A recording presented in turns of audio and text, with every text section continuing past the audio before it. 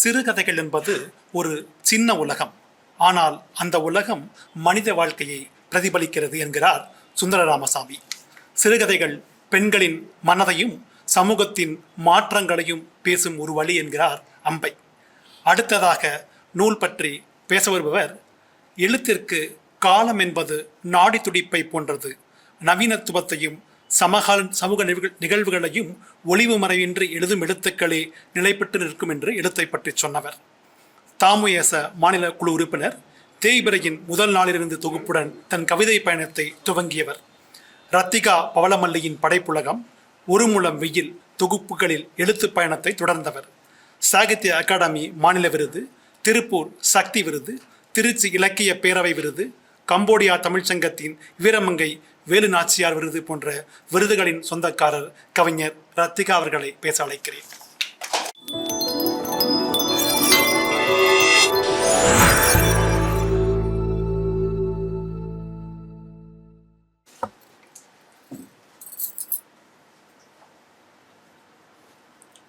அன்பிற்கும் மதிப்பிற்கும் உரிய அனைவருக்கும் இனிய மாலை வணக்கம். நேற்று என்னுடைய முகநூல் பதிவில் போட்டிருந்தேன், தோழர் பாரதி கிருஷ்ணகுமார் அவர்களோட பேசணும்னா அவர் சிவன் மாறி நான் தருமி மாறி அப்படின்னு சொல்லி. ஆமாம், ஏன்னா நம்ம போய் முன்னால் பேசிடணும் மண்டபத்தில், அதுக்கப்புறம் அவர் பேசினாதான் அவன் எடுபடும். அந்த மாதிரி எனக்கு தோழர் ரொம்ப வருஷத்துக்கு முன்னால், ஒரு 10-15 வருஷத்துக்கு முன்னால் இருந்து தெரியும். ஒரு பன்முகத்தன்மையுள்ள, எதை கொடுத்தாலும் சிறப்பாக செய்யக்கூடிய ஒரு, அவரை இயக்குனர்னு சொல்கிறதா, எழுத்தாளர்னு சொல்கிறதா, பேச்சாளர்னு சொல்கிறதா, என்ன மாதிரி சொல்கிறது அப்படின்றதே தெரியலை எனக்கு. அவருடைய 2 ஆவணப்படங்கள், வாச்சாத்தி, ராமையாவின் குடிசை, அப்புறம் அப்பத்தான்னு ஒரு நாவல், சிறுகதை தொகுப்பு, இப்படி பல்வேறு கதைகள் எல்லாத்தையும் நான் படிச்சிருக்கேன். பேசினார்னா நம்ம எல்லாம் ஒன்றுமே இல்லாமல் அப்படியே உருகி போயிடுவோம். அந்த அளவுக்கு மிகச்சிறந்த பேச்சாற்றல். மணப்பாறையில் அவர் எல்லாரும் குரல் சொல்லுவாங்க, அதற்கு பொருள் சொல்லுவாங்க. ஆனால் மணப்பாறையில் ஒரு குரலை இப்படியும் சொல்ல முடியுமா அப்படிங்கிற அளவுக்கு ஒரு இடத்துல அவரை கூப்பிட்டாங்கன்னா, ஒரு கல்லூரியிலோ அல்லது பல்கலைக்கழகத்திலோ அவரை கூப்பிட்டாங்கன்னா திரும்ப திரும்ப கூப்பிட்டுட்டே இருப்பாங்க அந்த பேச்சை கேட்பதற்காக. அந்த மாதிரி ஒருவருடன் நான் இன்று பேச இருக்கிறேன் அப்படிங்கிறது எனக்கு உண்மையிலேயே பெருமையாக இருக்கிறது. அடுத்ததாக தெரிவை, பத்மஜா நாராயணன் அவர்களுடைய தெரிவை படிச்சிருக்கேன். நான் மலாலா பேசுகிறேன், அதுதான் என்னை அப்படியே 2ஆக உடச்சி போட்டது.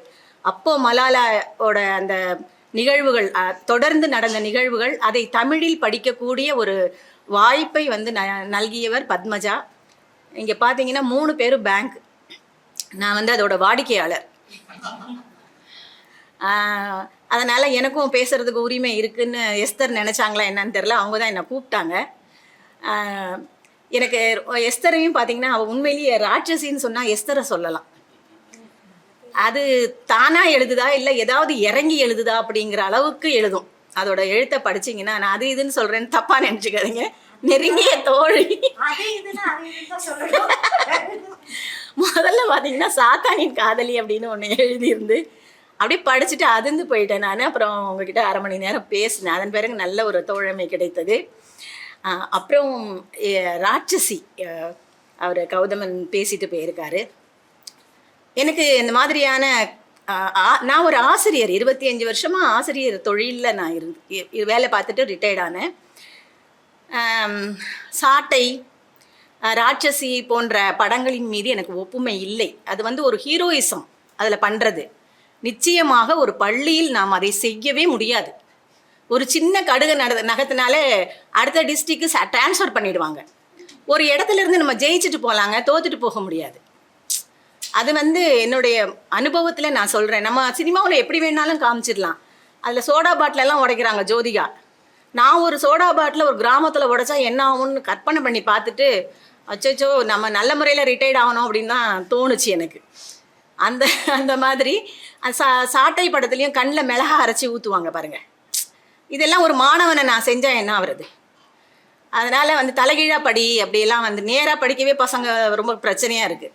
தலைகீழாக படி அப்படின்றதெல்லாம் நம்ம சொல்ல முடியாது. அப்புறம் பார்த்தீங்கன்னாக்கா நம்முடைய தோழர் காமராஜர், அவர் வந்து எனக்கு என்ன வந்து அவருக்கு தெரியுமா, ஆனால் அவரை வந்து எனக்கு பேர் கேள்விப்பட்டிருக்கேனே ஒழி இன்றைக்கி தான் நான் நேரில் பார்க்குறேன்.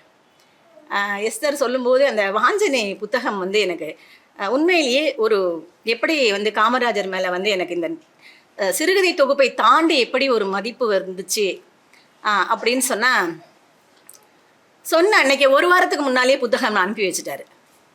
அந்த மாதிரி என் வாழ்க்கையில் நான் அந்த மாதிரி யாருமே பார்த்ததில்லை. நைட்டு 12 மணிக்கு வந்து கொடுத்துட்டு போவாங்க கதவை தட்டிட்டு, காலையில் 10 மணிக்கு மீட்டிங்னுவாங்க. அட்டை படத்தையே படிக்க நேரம் இருக்காது, முன்னட்டை பின்னட்டையே படிக்க நேரம் இருக்காது. ஆனால் அவர் வந்து அந்த கேட்ட அடுத்த நாளே ஞாயிற்றுக்கிழமை சொன்ன ஞாயிற்றுக்கிழமையே எனக்கு வந்து அந்த புத்தகம் கையில் கிடைத்தது. அப்போ அதில் வந்து ஒரு நெறி இருக்குது, அவர்கிட்ட வந்து அந்த ஒரு ஒழுங்கு அப்படிங்கிறது இருக்குது அப்படின்னு நான் தெரிஞ்சுக்கிட்டேன். அதை விட என்னன்னா ரொம்ப அழகான ஒரு கையெழுத்து. எனக்கு ஒரு ஆசிரியராக இருந்ததுனால என்னன்னு தெரியலை, ரொம்ப அழகாக ஒரு கையெழுத்தோட அந்த முகவரியை எழுதியிருந்தார். ரொம்ப நேரம் அதையே நான் பார்த்துக்கிட்டு இருந்தேன். நான் அந்த கையெழுத்துங்கிறது அவ்வளோ அழகாக இருந்தது, நேர்த்தியாக இருந்தது. நீங்கள் தான் எழுதுனீங்களா அதை?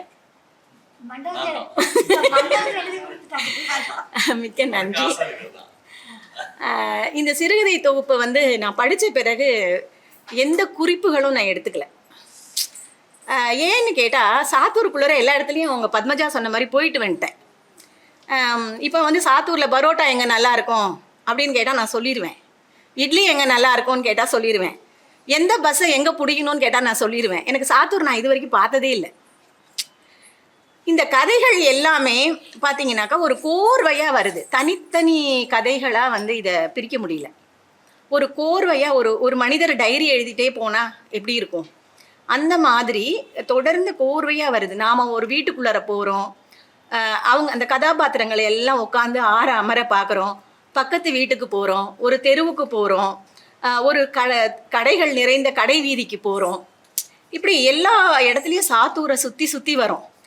சாத்தூர் அவர் சுற்றி காமிச்சது மட்டும் இல்லாமல் இந்த பாருங்கள், இவர் இப்படி, அவர் அப்படி, அந்த அம்மா இப்படி, இவங்க இப்படி அப்படின்னு சொல்லி இந்த கதையை சொல்லிக்கிட்டே போகிறாரு.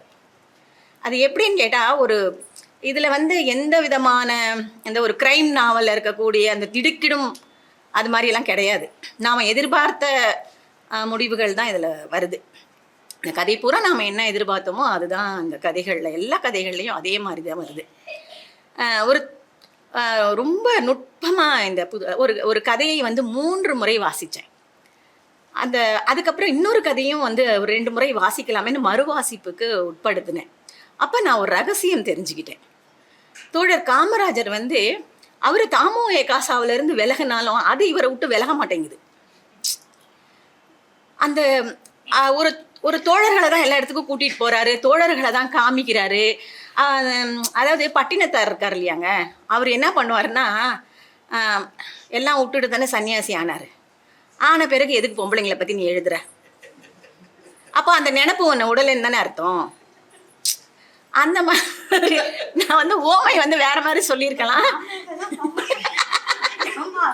இல்லை, நான் வந்து சில ரகசியங்களை வந்து இந்த கதையில் படித்ததை நான் சொல்கிறேன்.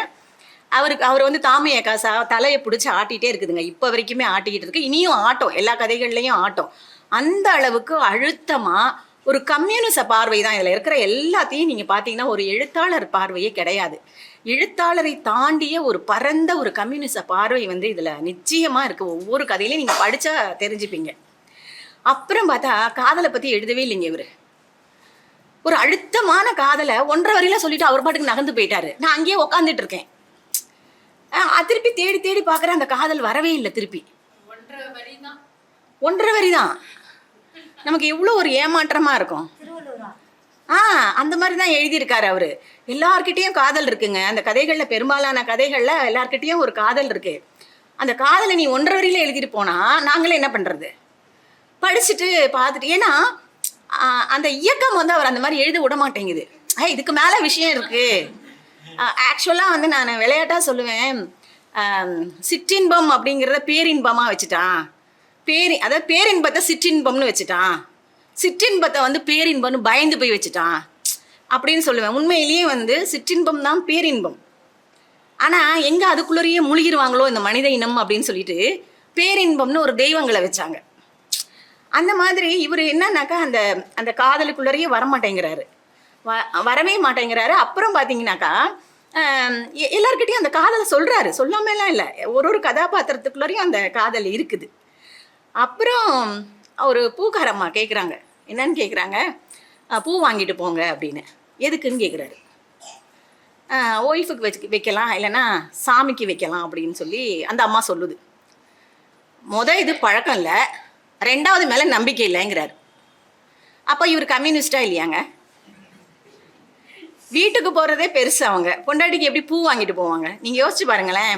எந்த கம்யூனிஸ்டாவது பொண்டாட்டிக்கு பூ வாங்கிட்டு போயிருக்காரா அப்படின்னு பார்த்தா எனக்கு தெரிஞ்சு இல்லை.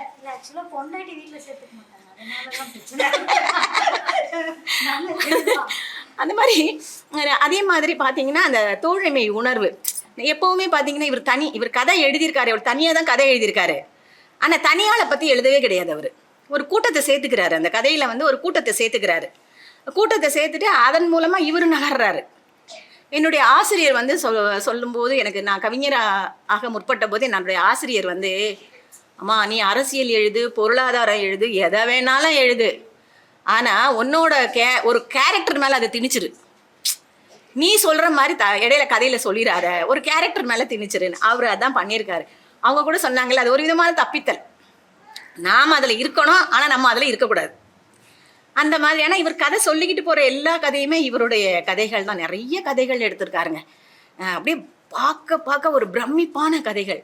இந்த இடதுகை பழக்கம் இருக்காங்க இல்லையா, அவங்கள என்ன பண்ணுவோம்னா தலையில் தட்டி உட்கார வைப்போம்.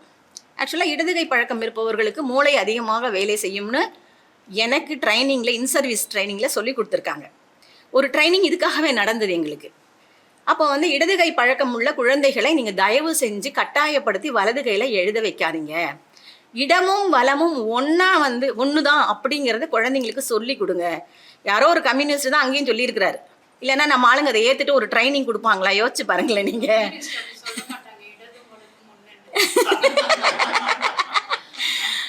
வந்து 2 கையும் ஒன்றுன்னு சொல்லுவாங்க. நான் கூட முகநூலில் வந்து லெஃப்ட் ஃப்ரீ அப்படின்னு சொல்லி ஒரு பதிவு போட்டிருந்தேன். கீழே மதுமிதான ஒரு எழுத்தாளர் ரைட்டு அப்படின்னு போட்டிருந்தாங்க. சில கமெண்ட் எல்லாம் ரொம்ப நல்லா இருக்கும். நான் வந்து சொன்னேன், நான் ஆன்மீகம் அப்படிங்கிறது உரிக்க வெங்காயம் மாதிரி அப்படின்னு எழுதியிருந்தேன். அப்போ வந்து கீழே ஒரு கமெண்ட் வந்தது, உரிக்க வெங்காயம்னா அது வெங்காயமே இல்லாமல் போயிடுமான்னு ஒருத்தர் எழுதியிருந்தார். இப்படி சில கமெண்ட்டுகள் எல்லாம் வரும். இந்த லெஃப்ட் ஹேண்ட் அப்படிங்கிறது வந்து இடது பக்கத்தை எந்த கையில் கொடுத்தாலும் வாங்கணும் அப்படிங்கிற அந்த ஒரு பழக்கம் எங்களுடைய ஆசிரியர்களாலேயே ஏற்றுக்க முடியல. என்னுடைய தலைமை ஆசிரியர் யாராவது குழந்தை இப்படி இந்த கையில் கொடுத்துட்டாங்கன்னா தப்புன்னு அடிச்சிடுவாங்க. நான் தலைமை ஆசிரியராக இருந்த பொழுது இந்த இடதுகை பழக்கம் அப்படிங்கிறது வந்து ரொம்ப அருமையாக எழுதிட்டே போகிறாரு. அந்த இடதுகை பழக்கம் உள்ளவர்கள் எங்கெங்கெல்லாம் கஷ்டப்படுறாங்க, எப்படியெல்லாம் இது பண்ணுறாங்கன்னா அவங்களால அதை மாற்றிக்க முடியாது. அது கொஞ்சம் பழக்கமாயிட்டுன்னா வந்து எங்கள் குடும்பத்துலேயும் 3 பேர் இருக்காங்க இடதுகையில் எழுதக்கூடியவர்கள்.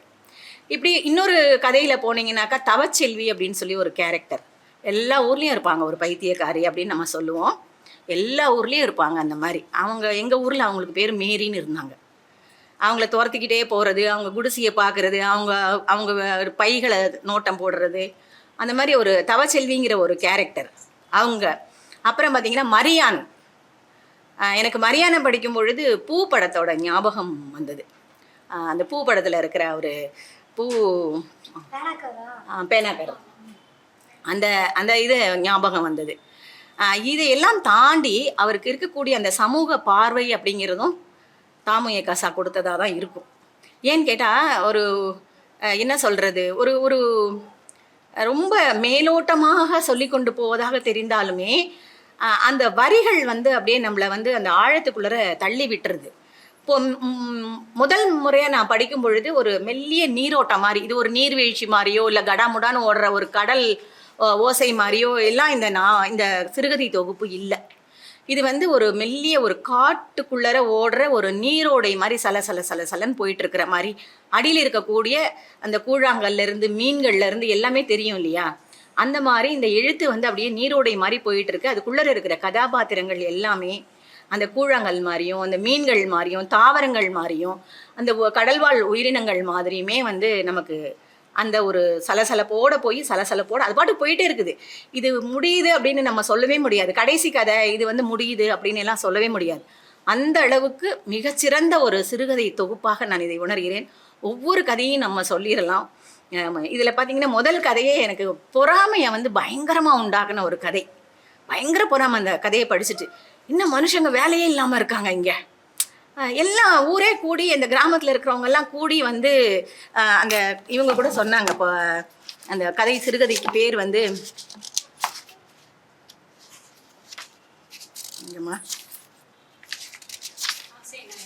இல்லை ஊர் பொழுதுகள் தேங்கி நின்றதில்லை. உண்மைதாங்க. ஒரு கிராமத்தில் பொழுது போகிற மாதிரி வேற எங்கேயுமே போகாது. அங்கே ஏதாவது யாராவது ஒருத்தங்க கோமாளித்தனமாவோ அல்ல அறிவுஜீவியாவோ ஒருத்தங்க பேசுனா 4 பேர் கூடிப்பாங்க. இப்போ நமக்கு வருந்தி அழைச்சாலும் 10 பேர் தான் வரும் எழுத்த மீட்டிங்க்கு. அங்கெல்லாம் வருந்தி அழைக்கணும்னு தேவையில்லையே. ஒருத்தர் சத்தம் போட்டாலே 4 வீட்டில இருந்து வெளியே வந்துருவாங்க ஆட்கள். அந்த லேடிஸ் எல்லாம் வந்து அப்படியே பெண்கள் எல்லாம் உட்காந்துட்டு சிரிக்கிறது என்ன, அப்படியே வாயை பொத்தி சிரிக்கிறது, இது எல்லாமே வந்து பார்க்கக்கூடிய காட்சிகள் தான். இதை படிக்கும்போது இந்த பரபரப்பான சென்னை நகரத்தில் இருந்துட்டு இந்த கதையை படிக்கும்போது எனக்கு அவ்வளோ பொறாமையாக வந்துருச்சு. இந்த திருப்பி அங்கே போயிடலாமா அப்படிங்கிற மாதிரி கூட எனக்கு வந்தது. அப்புறம் பார்த்தீங்கன்னாக்கா இதில் வந்து அவங்க சொன்ன மாதிரி நான் வந்து சின்ன பிள்ளையா இருக்கும்போது 8வது படிக்கும்போது நான் சொல்லுவேன், என்ன ஊருடா நம்ம தமிழ்நாடு. ஒரு எரிமலை இல்லை, ஒரு பனிமலை இல்லை, ஒரு நிலவெடிப்பு இல்லை, ஒன்றுமே இல்லை. வெயில் அடிக்குது, மழை பெய்யுது, குளிர் அடிக்குது, இதெல்லாம் ஒரு ஊரா அப்படின்னு சொல்லுவேன். இப்போ நினச்சாலே பயமாக இருக்குது. நம்ம ஊரை விட இந்த அவ்வளோ நல்ல ஒரு இது. இப்போ நம்ம ஊர்லேயே இந்த மாதிரி பட்டாசு தொழிற்சாலைகள் இருக்கிறது. அவங்க சொன்ன மாதிரி ஃபயர் ஆஃபீஸ்னு இதில் போட்டிருக்காரு. நான் வந்து ஃபயர் ஆஃபீஸ்னோடனே நான் என்ன நினச்சேன்னாக்கா அந்த தீயணைப்பு துறையில் இருக்காங்க போல இருக்கு, அங்கே நிறைய இருக்கும் போல இருக்குது அப்படின்னு நினச்சேன் ஃபஸ்ட்டில். அதுக்கப்புறம் கதையை படிக்க தான் நிறைய இடத்துல இந்த ஃபயர் ஆஃபீஸ் வந்தோடனே தான் அப்புறம் அந்த ஆட்கள் வேலைக்கு போகிறது அப்படின்னோடனே தான் இது தீப்பெழு இந்த பட்டாசு தொழிற்சாலைகளை தான் அவர் அப்படி சொல்லியிருக்கிறாரு அப்படிங்கிறது. அந்த ஒரு சாதாரண அவங்களும் தைரியமாக போகிறாங்க. அந்த பட்டாசு தொழிற்சாலையில் வேலை பார்த்தா என்னெல்லாம் நடக்கும். ஒரு மருந்து பொருள்களோடு நம்ம உறவாடுறோம், நம்மளுடைய முழு சம்பளமாக அங்கே தான் போவோம்னு தெரிஞ்சுமே வேறு வழி இல்லாமல் அங்கே போய் பேசுறது சிரிக்கிறது, அங்கே அவங்களும் அந்த கிண்டல் பண்ணுறது. அந்த தொழிற்சாலை கூட பின்னால் போய் பீடி சிகரெட் சுருட்டு குடிக்கிறதெல்லாம் நினச்சாலே பக்குங்குது நமக்கு. அந்த கதைகளில் தொடர்ந்து ஒரு 3-4 கதைகள் அந்த மாதிரி அவர் சொல்கிறாரு அந்த பட்டாசு தொழிற்சாலைகளை பற்றி. அதோட முடிவையும் சொல்கிறார். ஒரு பட்டாசு இது வந்து கரிக்காசுன்னு சொல்லிட்டு சமீபத்தில் தாமு ஏகாசாவோட நாவல்களை படிக்கும் பொழுது அந்த போட்டிக்கான நாவலை படிக்கும்போது கரிக்காசுன்னு ஒரு இதில் வந்து இவ்வளோ பெரிய நாவல் படித்தேன் நான். நிறைய சிவகாசி தொழிற்சாலைகளை பற்றி நிறைய பேசியிருந்தாலுமே இதில் வந்து அவர் விடாமல் சொல்லிக்கிட்டே போகிறார். இப்படி பேச இன்னும் அவரை பற்றி நிறைய சொல்லணும். அவரோ இந்த புத்தகத்தையும் பிரிக்கவே முடியாதுங்க. சில பேர் வந்து அவங்க வேறையாக இருப்பாங்க, புத்தகம் வேற மாதிரி இருக்கும். ஆனால் தோழர் வந்து அப்படி இல்லை. அவரை வந்து புத்தகத்தில் பார்க்கலாம், புத்தகம் மூலமாக அவரை பார்க்கலாம் அப்படிங்கிற மாதிரி வந்து இந்த ரெண்டுமே அவர் இந்த புத்தகத்தோட பின்னி பிணைஞ்சு கிடக்காரு. எனக்கு உண்மையாகவே மிக பெருமையாக இருக்கிறது.